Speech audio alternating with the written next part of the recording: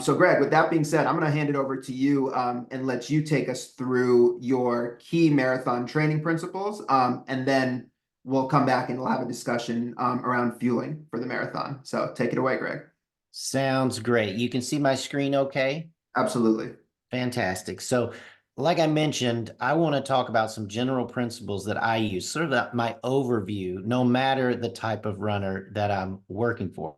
We talked a little bit about it already, but my background started as a runner, like I mentioned, state champion in high school, national champion as a master's runner. So, really kind of putting myself through the paces as well as part of my journey of becoming a coach. Undergraduate and graduate degrees in exercise science. I wanted to learn more about how do we improve human performance. And that, of course, leads you to helping others and how I became a coach. Mentioned before, worked with a lot of new runners, charity marathoners, a ton of Boston qualifier types. I think we're over 18,000 Boston qualifiers so far that I've helped.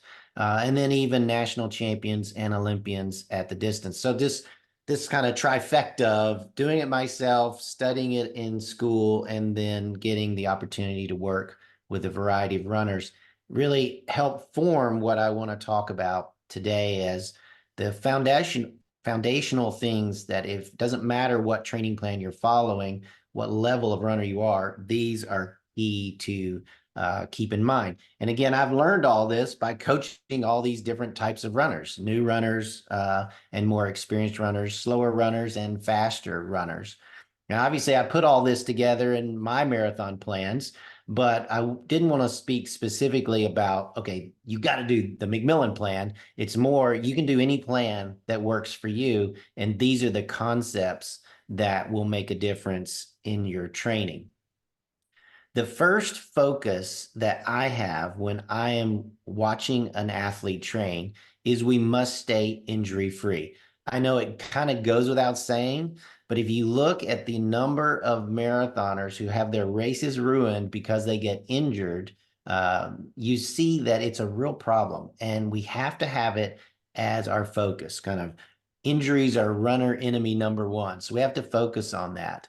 And here's a simple way that I think about it, and I try to talk to my runners. The first is do some mobility work after your runs. Mobility is simply moving your body through an acceptable range of motion. You've seen it as active isolated flexibility or the rope stretching. There's yoga. There's all sorts of different movements that we would lump as mobility. And the reason that I think this is so critical is not that you need to gain extra flexibility. It is that you need to maintain your current mobility so that you don't have dysfunction when you run. So your biomechanics aren't changed, because that's usually what happens. Something gets tight and then the biomechanics change. And then a week or two later, you start to feel an ache or a pain, which you immediately ignore. And then you keep training, and then there's your injury. So I see mobility after your runs as a great diagnostic tool to find any area that's a little tight. You can address it, and that usually keeps injuries at bay. The second thing that I do is I take a down week every third or fourth week, and I'll explain what a down week is, but that also helps you stay injury free. And the other thing that I'm really teaching my runners right now is don't get greedy in marathon training. Marathon training is about the body of work. It's about stacking successful week on top of successful week on top of successful week. If you start to get greedy, if you feel an ache or a pain, but you ignore it and you keep training, you train too hard when you know you should relax, that leads you to injuries faster than anything. So make sure you're honest with yourself. And if you're tired or you have an ache or a pain, adjust.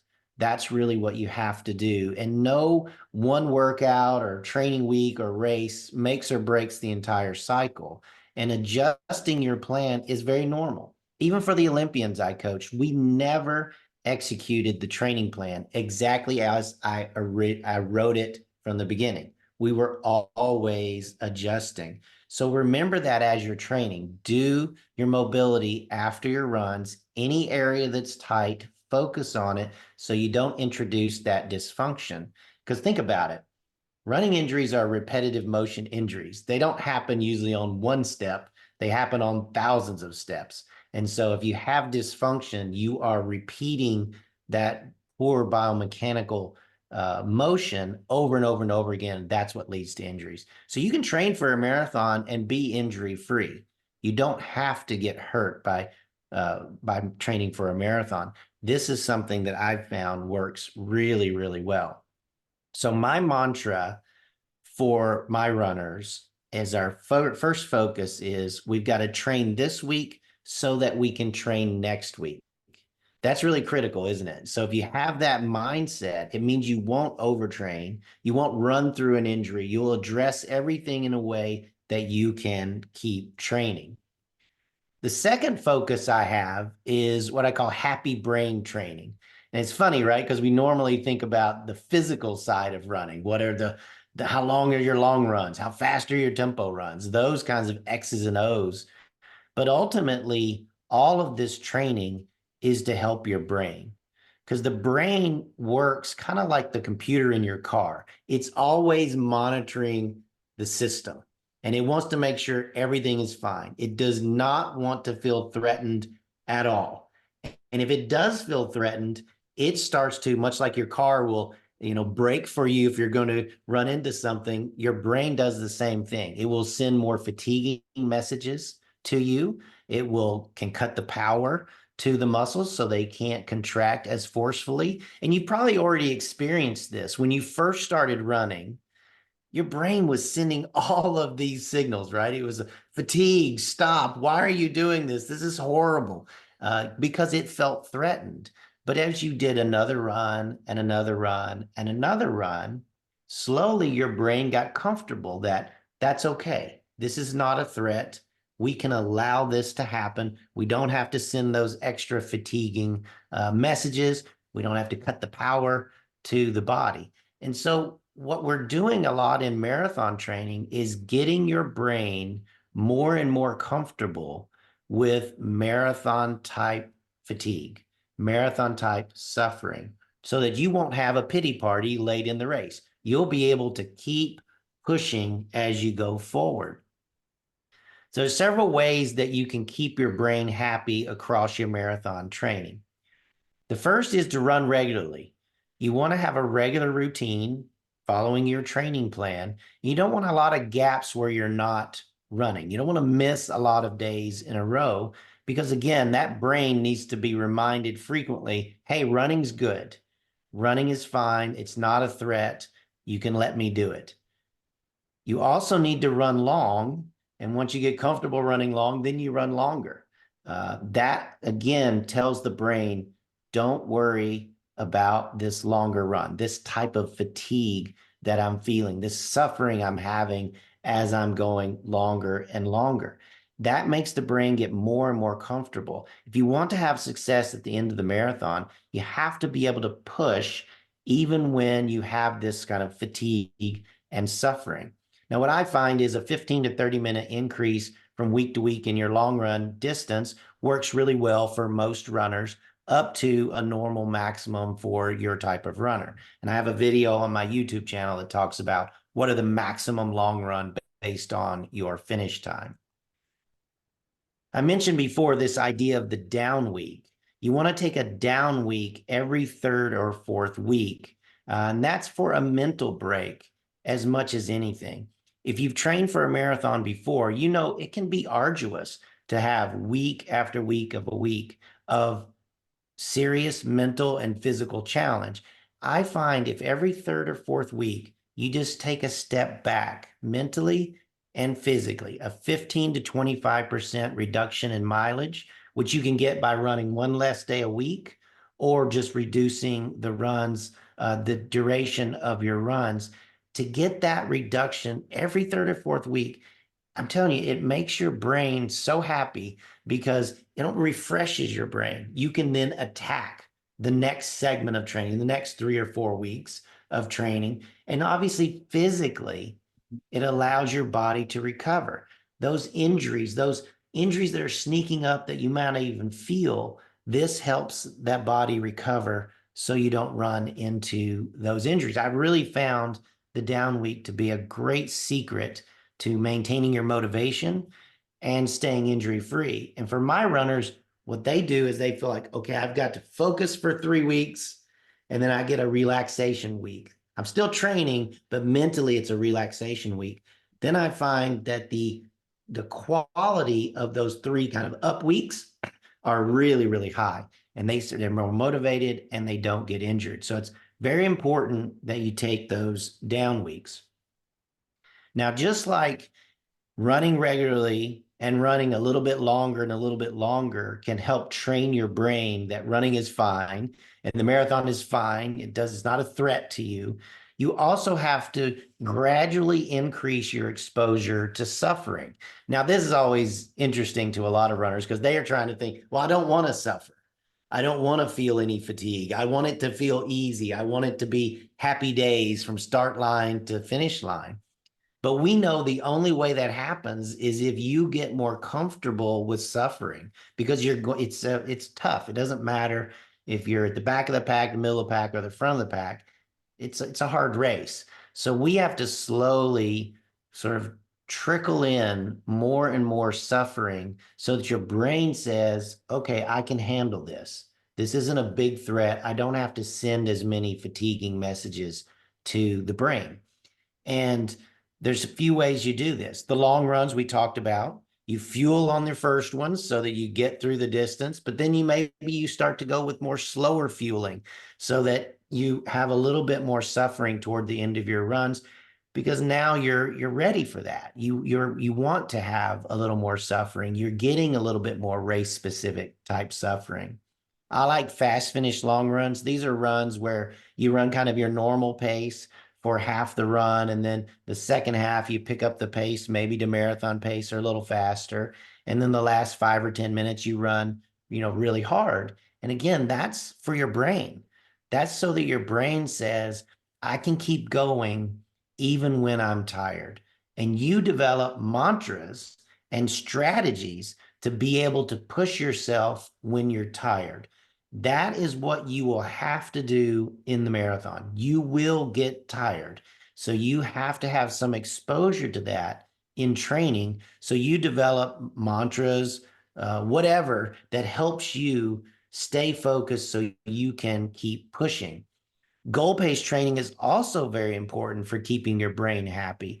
Your brain feels okay with what it knows. So if you are running your goal pace and you've practiced that then in the race, the brain says, fine, this is normal. This is what I'm used to. If you go out too fast, right, then your brain says, wait a minute, that's too fast. I'm getting more concerned. It sends more fatiguing messages. So we want to do some goal pace training so that your brain stays happy. It says this is a good pace, even though marathon pace can feel difficult later in the race. Your brain says this is what is expected. I know this. Tune-up races and your speed work, hill work, any of those things you may find in your training plan. Remember, those are designed not just for the physical benefit, but for your brain to, again, give you the opportunity to challenge yourself while you're fatigued, to experience some of that suffering.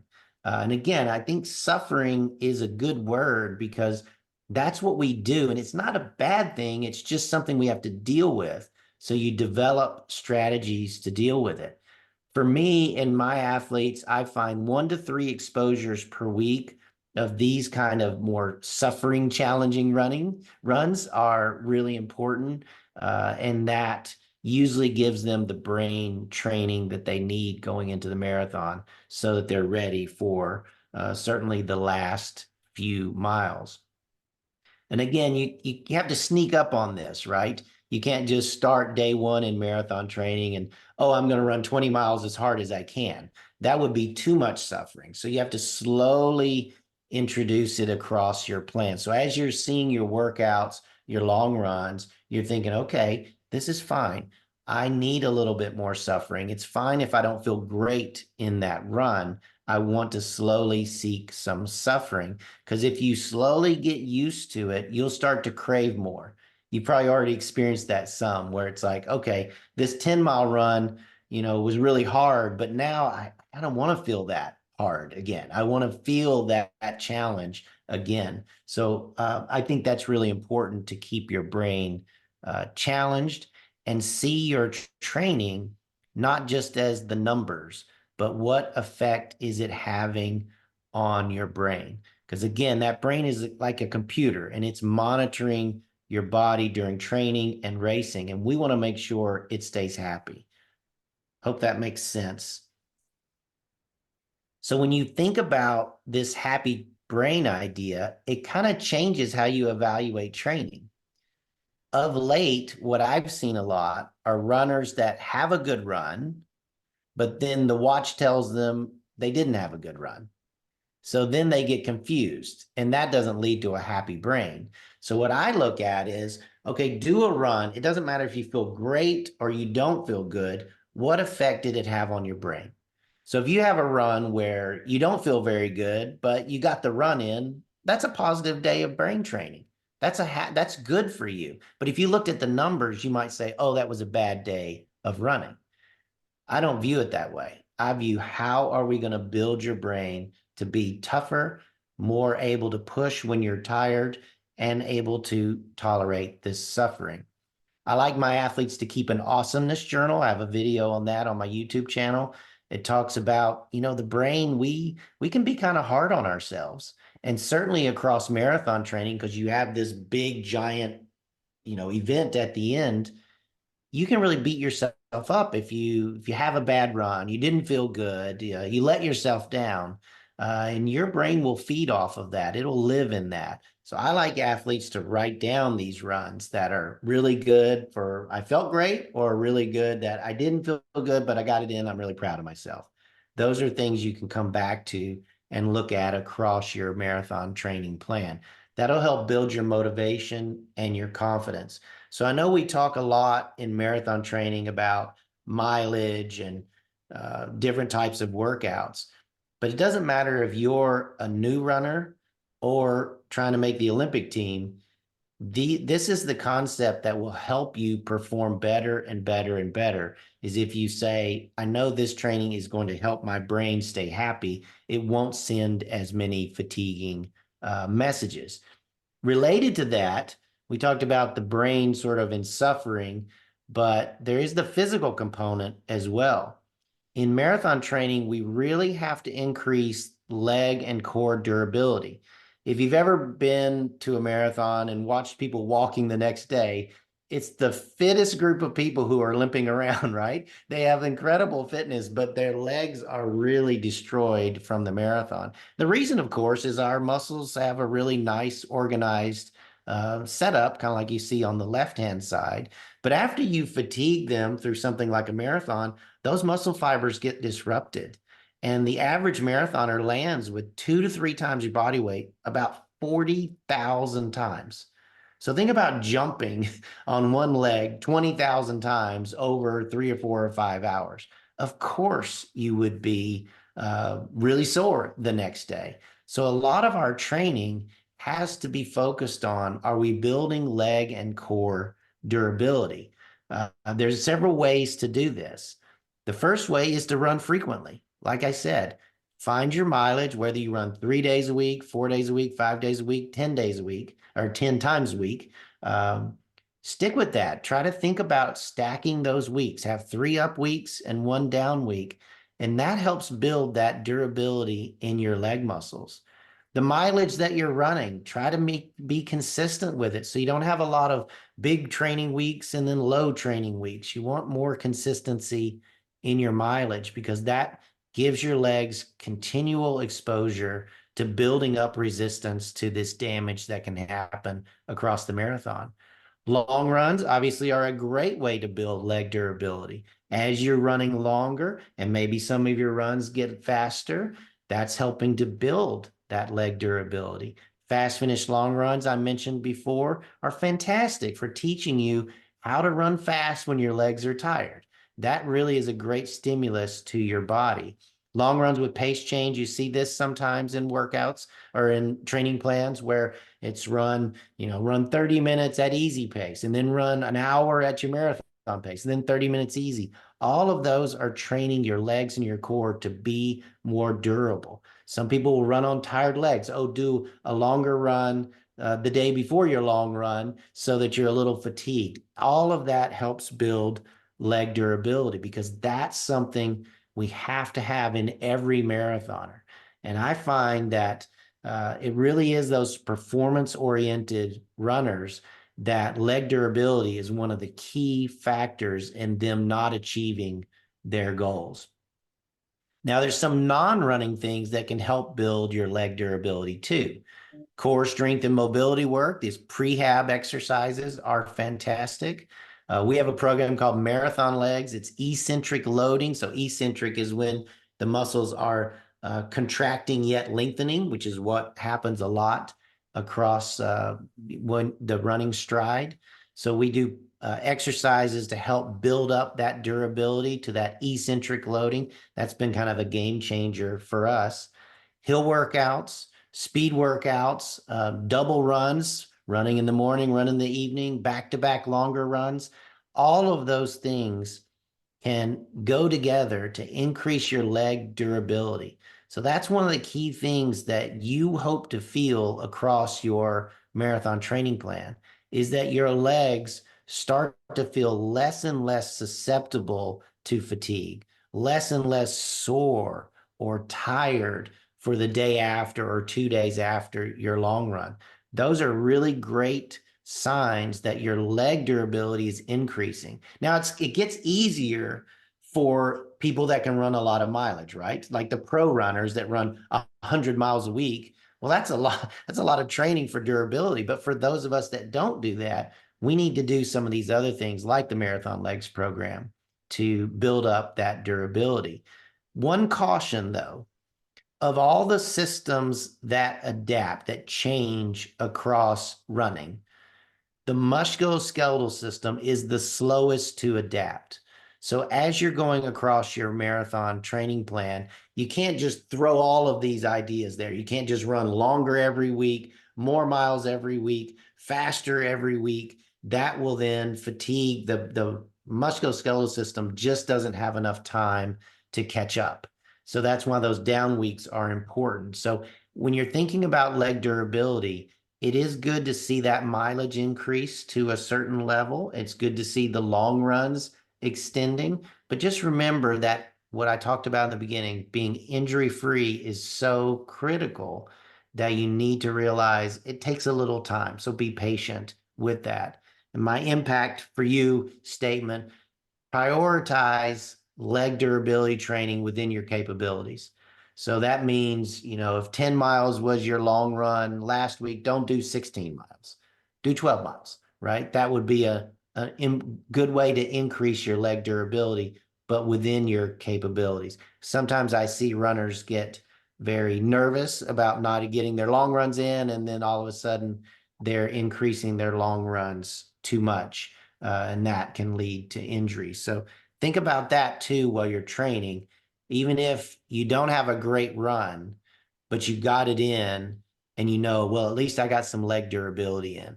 That can make you feel good about that, your training.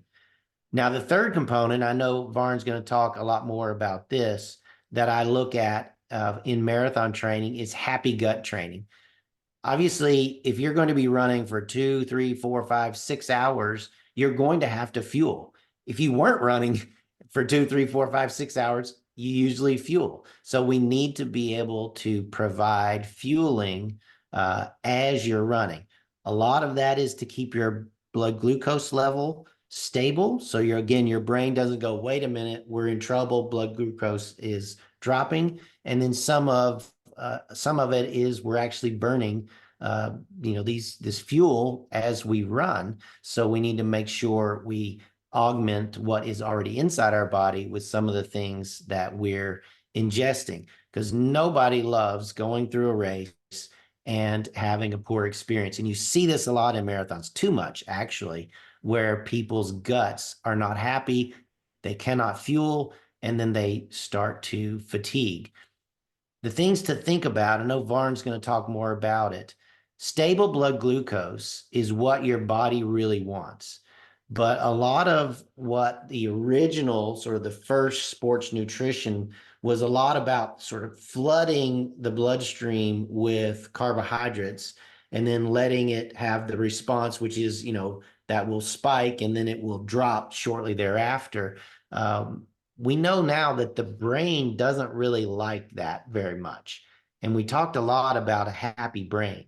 So as you're fueling in the race, you want to make sure you're trying to keep a stable blood glucose. That's why I like the UCAN concept, because it focuses more on stable blood glucose. And since I'm really concerned about a happy brain, I think that really keeps the brain happy.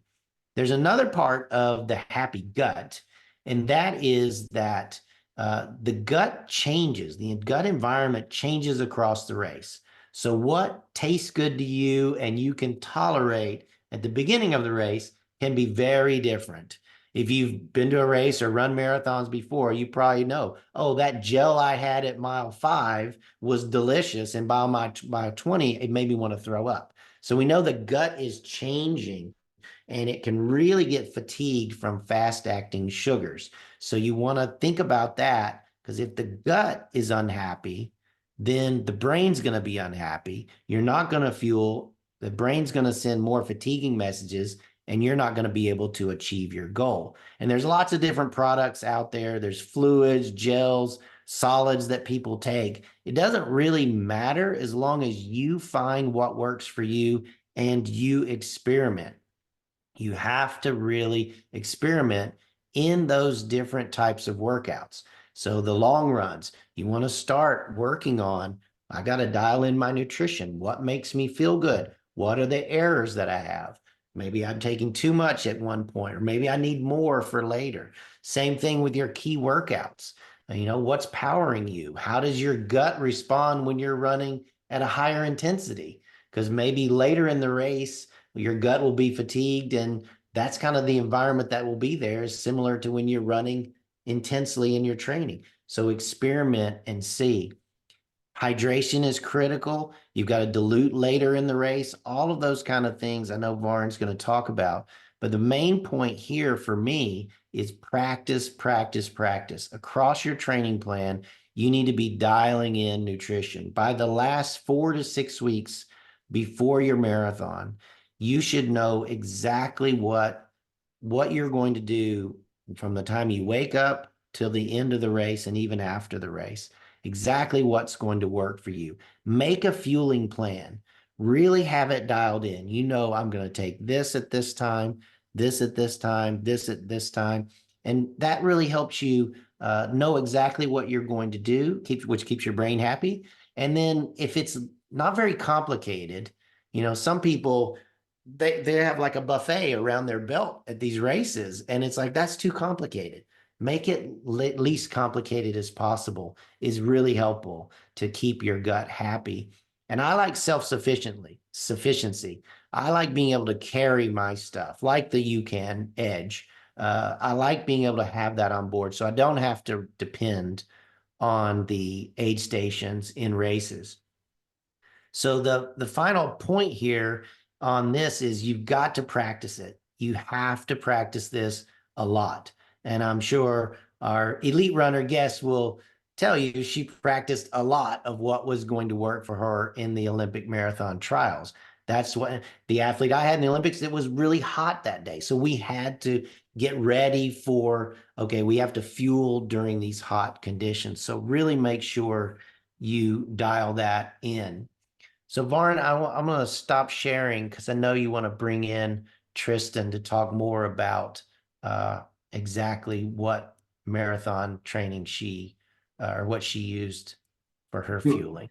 Yeah, absolutely. And Greg, that was great. A lot of a lot of great feedback from the audience. Appreciate how many of you again are still in here with us.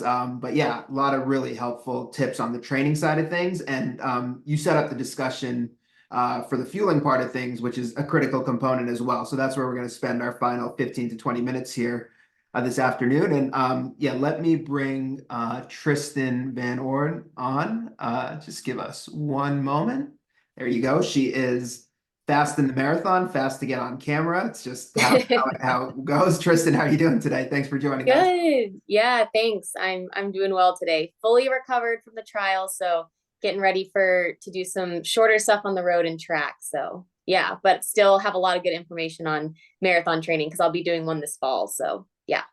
Excellent, excellent. Well, yeah, Tristin, she's doing it at the elite level. She's a professional runner for the On-Zap Endurance team out of Blowing Rock, North Carolina. She's a running coach herself, so lives and breathes the sport. Recently finished 17th overall at the U.S. Olympic Marathon Trials, and she has a marathon PR of 2:27:07. Did I get that right? 2:27? Actually ran 2:25 at Chicago. Oh my goodness. But it was 2:27 before. Yeah. 2:27 before. So she broke her PR in Chicago running 2:25. So Tristin, really appreciate you joining us. We're going to spend time talking about fueling specifically with you, but anything that you just heard Greg cover that, really stood out to you as something that you implement into your own training at the professional level? Yeah, I think one of the parts that really resonated with me and that it's a good reminder as well is to kind of like train your brain to like suffer a little bit, because I think a lot of times when we, if we take time off of running or we're not used to doing that hard training, sometimes it's really hard to get back into it. And, doing those first couple like really hard workouts or races can be, it can kind of put you down a little bit because you're like, wow, this hurt really bad. And I don't know how I'm going to get back to where I was. But continuing to do that hard training and then also recovering and training your brain is really, really important. So it's not all about just the physical, it's about the mental too. And Greg, thanks, Tristin. Now, Greg, one of the things I wanted to add too is so much of what you said, because we have a lot of folks training for half marathons that are on with us too. And a lot of what you said is really applicable across the board, right? Doing any type of endurance activity is going to require being injury-free, training your brain and fueling. For sure. I mean, anytime you're running a long race, all of those things are going to be important. And that's why I think Tristin will agree, get a training plan and follow it, but make sure you're open to changes that are necessary for you. So a lot of times, because a lot of us runners are goal driven, myself included, we can get upset if we don't follow the training plan to a T, or if the paces on the watch don't match what we had hoped they would be. But I think thinking about these concepts of you're not going to have your best run all the time, but are you getting some sort of benefit from it? It's a physical benefit, but then also that mental benefit. I'm sure in the lead up to Olympic marathon trials, Tristin, you probably had some runs which didn't go as well as you hoped. Maybe you didn't hit the times, but ultimately those probably provided some of the best brain training to get you ready for, okay, when I do have those periods in the trials where it's going to be tough, I can fall back on my sort of brain to be able to push through that. Oh, definitely. I had a workout leading up where I could not hit marathon pace for mile repeats. Like I could for whatever reason, I just had a day and I was like, I'm supposed to run this pace for 26.2 miles and I am having trouble hitting mile repeats at this pace. And, I had a really hard time with it. And I talked to my coach after, and he actually told me that Dina Castor had a very similar workout before she ended up running a really great marathon and a PR for her at the time. She was like, sometimes you just have those days where marathon pace just feels a lot harder than it should. And you kind of just have to keep believing in your training and know that it's going to feel right on the day. So. Yeah, it's a really great point, because I think a lot of runners think for the pro athletes like yourself that it all goes great, that you don't have those periods of times where it doesn't go great. And that's part of what you deal with that, in my mind, make you a stronger runner, is where you do have to learn to deal with the disappointment of, oh, I didn't perform as well. But how are you going to reframe that so that's positive, right? Otherwise, you could sort of stew in your own misery of this bad workout and go down, oh my gosh, I can't even run this for 1 mile. How am I going to perform well? Even though obviously you're super fast runner. So I think it's good for everyone to understand that the X's and O's of the training are super important. That's why you need a coach and training plan and all the things we've talked about. But really cutting yourself some slack about that always being perfect in your training, and more like there's benefit that comes from those days you feel amazing and you run at the faster end of your pace range and you do more repeats. But there's also benefits where it's like, I don't want to run, but I laced up my shoes and I went for a run. That's a huge victory sometimes. So when people are training for the marathon, which is half marathon, marathon, ultra, it's this giant thing. I find like, let's just focus on the body of work, not any one day. Let's just try to get a good weekend, get another good weekend. If you do that over and over again, you'll be a totally different runner by the time you get to the race. And that's what we as coaches rely on, right? Tristan, we're the ones going, it's fine right now. We just need you to be really fit at the race. It's going to be okay. Exactly. Yeah. So Tristan, let's dive a little bit more into the fueling, which Greg set up for us towards the end of his presentation. For you, as you were moving up in distance and really focusing on the marathon, like what were the challenges, or what were the kind of things that you realized in terms of fueling, where it's like, hey, I really got to do this, or this is something that's changed now that I'm focused on this distance? Yeah, I think for me, a big thing was, a lot of times we think about like specific nutrition during the race, which is really important. And you kind of have to like keep experimenting with that. I have found that I performed a lot better in the marathon when I started adding in extra carbs in like the days leading up to the workout or to the race. So I had been utilizing, like, especially before Chicago, before like some of my better marathons, I really focused on I specifically used UCAN. I used the like energy and protein powder. I would drink that before bed to try to get in a little bit like more carbs. And I would use the energy bars and then the edge gels before all of my races. And I think using, like, not even just using the carbs during the race, but like being cognizant of using it in the 3 to 4 days before the big race too, and like building up your stores of carbohydrates, I think is really important. So yeah, I focused on that a lot during my past few marathons, just, and you don't have to overdo it, like eating 30 bagels a day or whatever, but like with each meal, adding in a little bit, like before going to bed, maybe having like a UCAN with the protein in it, just to add a little bit of that extra carbs for your carb stores. I think that's helped me a lot to kind of feel better and feel like I have a little bit more energy throughout some of those like big long races.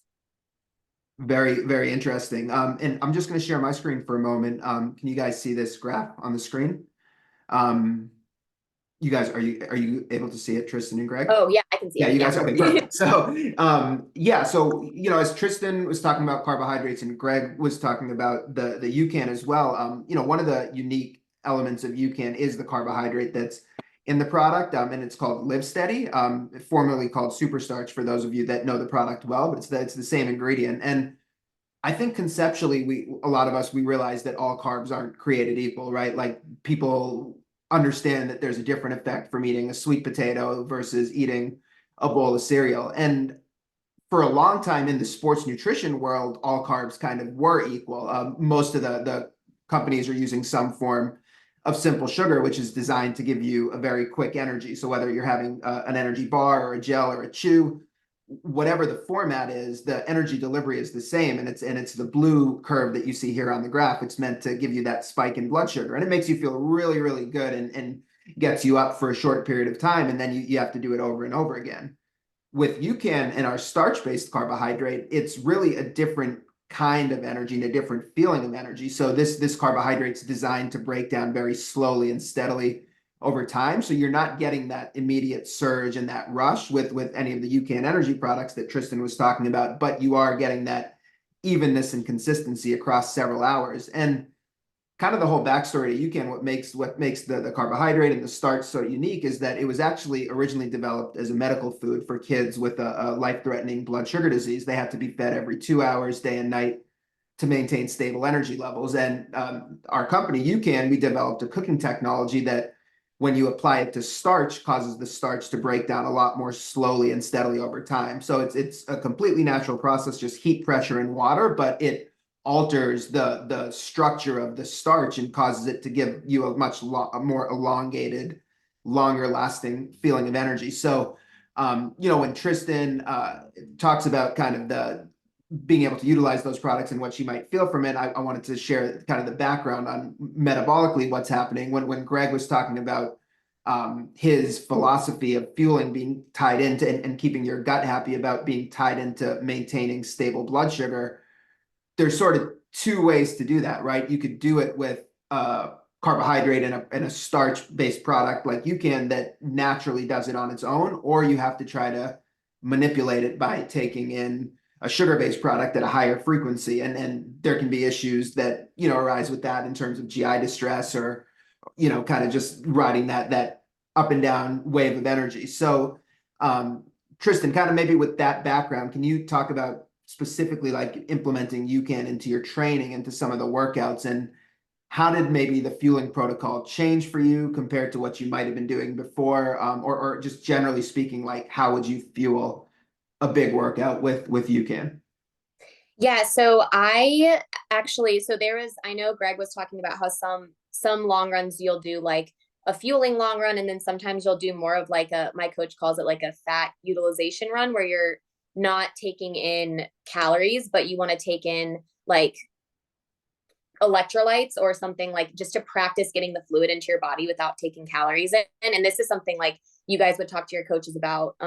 Like I'm not going to tell you to go do like a long run without any fuel before like talking to your coach about it, but my coach will have us do that. And I actually found it really helpful to use the UCAN hydrate, which does not have the Live Steady in it, but it has all the electrolytes, and it doesn't have like sugar or calories in it that's going to affect your like sugar blood levels at all. So because we knew the trials was going to be hot and we wanted to do a couple runs where we weren't fueling, I did a couple runs where I used purely the UCAN hydrate in my bottles just so I could get some electrolytes in and some fluid in without the extra calories. And that kind of helps with like the fat utilization in training, kind of like gearing your body up to be able to utilize fat better in a race. And so I use that a lot. And then I find that the UCAN Edge specifically, I like the Edge because it has like, it's a little bit less, it's a little bit less liquid than like mixing the packets up, but taking that in right before, like I'll usually do it before my workout. Like I'll do a short warm up or something, and then I'll take the Edge and then kind of like switch into my racing flats or shoes or whatever whatever shoes I'm going to use for that workout. And I find that helps me like carry me through the marathon workouts, in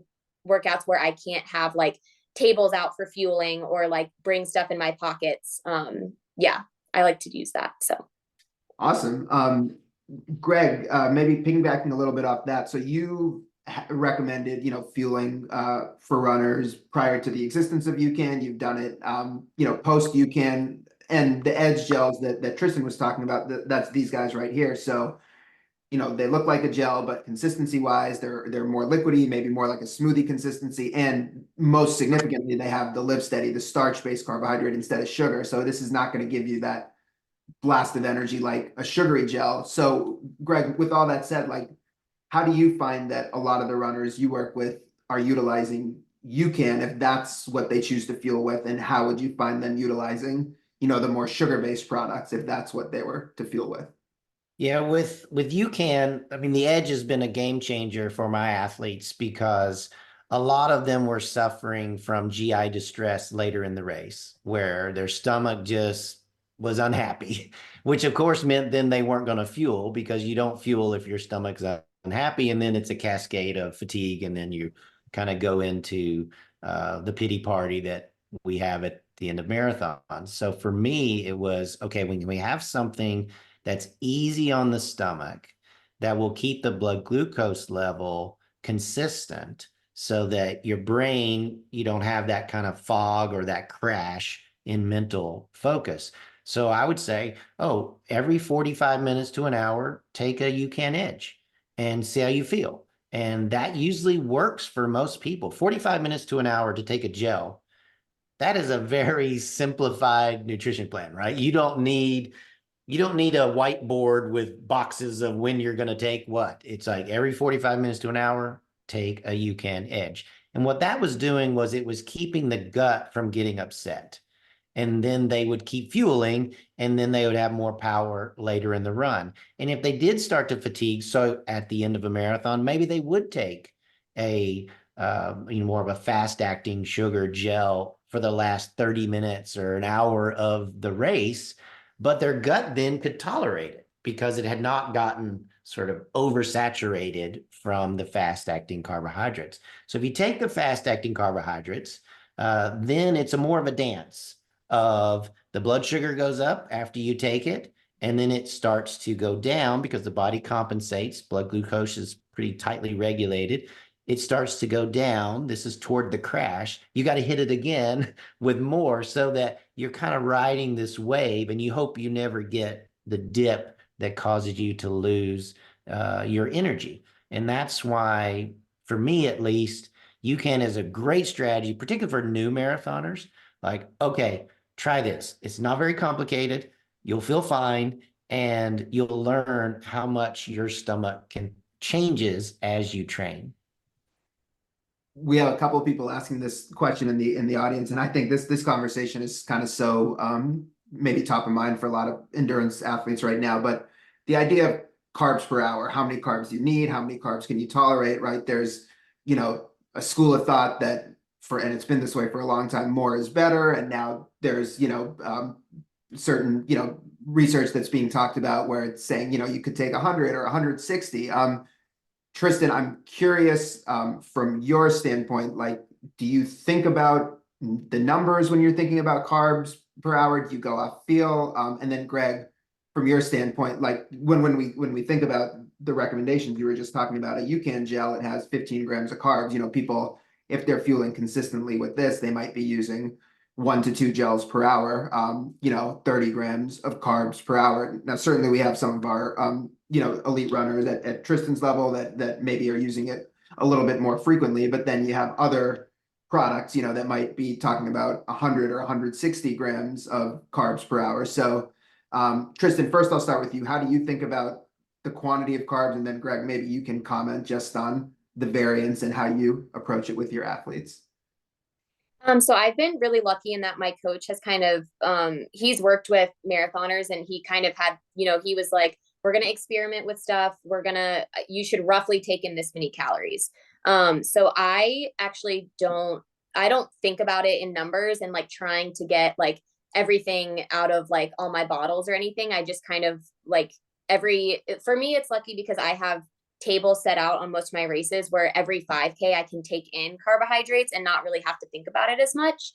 But I think like, as someone who, when I was new to the marathon, it was kind of, that was definitely on my mind a lot more. And something that I struggled with was my very first couple marathons. I did have GI issues and some stomach upset, but for me, that was mostly due to the caffeine content. I had this idea that I was going to have caffeine like at every water stop I was going to take caffeine in, and that really, really upset my stomach. So once I kind of figured out like maybe taking caffeine and sugar like later in the race, like Greg was saying, was a lot more helpful for me. And then kind of figuring out that, okay, I can preload on UCAN with the Live Steady. That's going to give me sort of that even keel energy for the first part of the race. And then, later when you need a little pick me up, maybe adding in like caffeine, higher sugar content, stuff like that. So.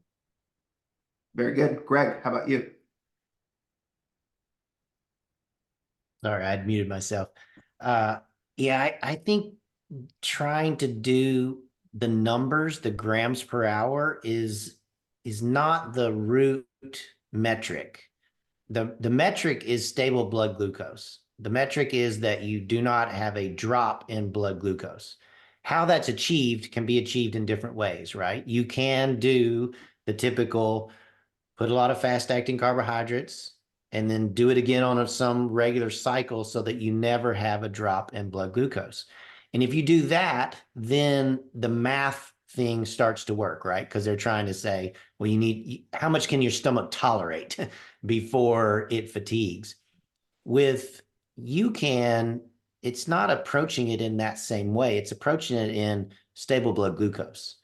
And so because the particular type of carbohydrate maintains blood glucose, in a different way, the numbers don't make sense, right? So it's apples to oranges is the comparison. So I feel like you don't have to worry about grams per hour. You have to worry about, does my blood glucose stay stable and do I avoid any crashes? Now that may be different for everybody, and you've got to experiment to see. For me, I like the least complicated. Take UCAN, see how you feel. And that usually will keep your blood glucose stable, and you don't have to worry about pushing the envelope of how much carbohydrate you can take in and absorb. It's a trainable system. The gut can get better at absorbing more carbohydrate. But the side effects are the things that I hate happen to my runners, right? They've trained great, they're ready, they get to mile 18 and their stomach is shot. And their race is ruined because of that. So I don't worry so much about the grams per hour, though I know that's a real convenient way to think about it. I think about it more like, what's maintaining your blood glucose? And if you're not having a crash and it's a simplified process, that's probably really good for the race. Absolutely. Is it fair to say, generally speaking, there's like a correlation between intensity and what you need, like to the effect that somebody at Tristan's level is likely going to need to fuel more frequently than somebody who's running, 4 or 5 hours? Is that a fair generalization to make, or is it still very individualized? I think it's a fair statement to make because intensity and absorption change, right? So if you're running at a very high percentage of your VO2 max, let's say, and then your gut doesn't have as much blood going to it, so the absorption is lower. If you're running at a lower percentage for a longer period of time, you've got more time to absorb the carbohydrates. So I think it does change, which is why experimentation is so important. And there's not one size fits all. I think you have to try and figure out. Like I said, I like with new runners, I'm like, let's start with the simplest process and then we can augment as we go.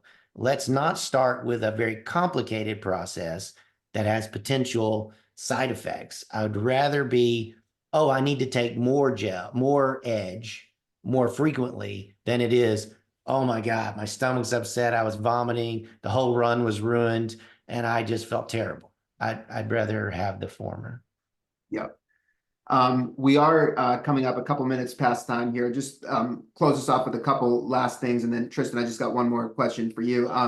So we've had a few people in the audience ask what's kind of like a general fueling protocol if you were to use UCAN, and I think both of you guys have kind of already shared a lot of really good info around that.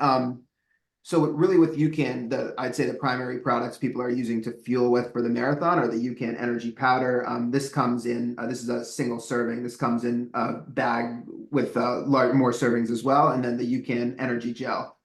These are conceptually very similar, just a different format. So with the powder, it's going to be a shake type of consistency. I often tell people this is like, in a sense, the sports nutrition version of oatmeal. It's a 20 grams of carbs, similar to a packet of oatmeal. It's going to give you more of that like even keel, sustained energy, like a bowl of oatmeal, except you can slam this down 30 minutes before you go out the run, and you're not going to do that with oatmeal. So this is a great way to start your run. And if you do this prior to a long run, you probably, for a lot of people, won't need to start fueling an hour plus into the run. At that point, it's really UCAN edge. So I'd say one UCAN edge per hour is a great baseline. And then, like we've talked about, you can definitely adjust that up or down as needed. I see one question in the chat saying, I'm a slower marathoner. Would I maybe need UCAN edge every 75 minutes? Absolutely. For you, if you're running 5-6 hours, you very well might find one every 75 minutes is great. Conversely, if you're running faster, you might say, hey, I need one every 30 minutes. And that's perfectly fine as well. I think the avoidance of the GI distress and not needing to chase this gel with water because of the way the starch digests compared to sugar, where you would need to chase a sugar-based gel with water. Those are huge, huge difference makers. So the amount and how long it lasts is one component of it, but the ease at which it goes down and sits in your stomach is another component of it. So that's I just want to share that from a UCAN standpoint. And then Tristan, you talked about the energy plus protein. That's a great recovery product. So that's basically the starch-based carbohydrate paired with either pea or whey protein. It's got 20 grams of protein plus the steady carb. So actually some folks use it for breakfast before a long run. Tristan talked about using it to kind of get, you know, carbs and some protein in the days leading up to the marathon. And again, you're going to be able to do that in a more calm, steady state level of energy. Like if you're having it before you sleep at night, you probably don't want to have a protein drink with 25 or 30 grams of sugar, right? But having something with the Live Steady that's going to give you more of that sustained effect, that's just also going to support kind of more of a regulated sleep as well. So yeah, I wanted to share that from a UCAN standpoint. Tristan, one last one for you. People love to know, like from the pro athlete standpoint, like what do you eat the night before a race and going into the marathon, you know, outside of a UCAN standpoint, like what's your pre-race dinner? What's your race morning meal that gets you ready to run as fast as you did? Yeah, so I really like to have the night before a race, I either have your typical pasta with like some kind of protein. I usually do like chicken with pasta or rice.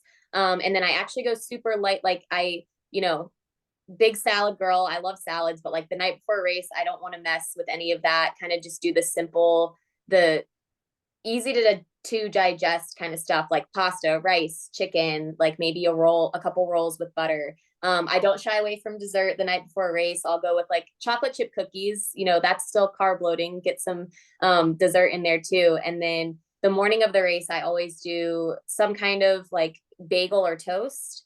And then with peanut butter and banana. So that's like peanut butter, banana on bagel or toast is like my go-to.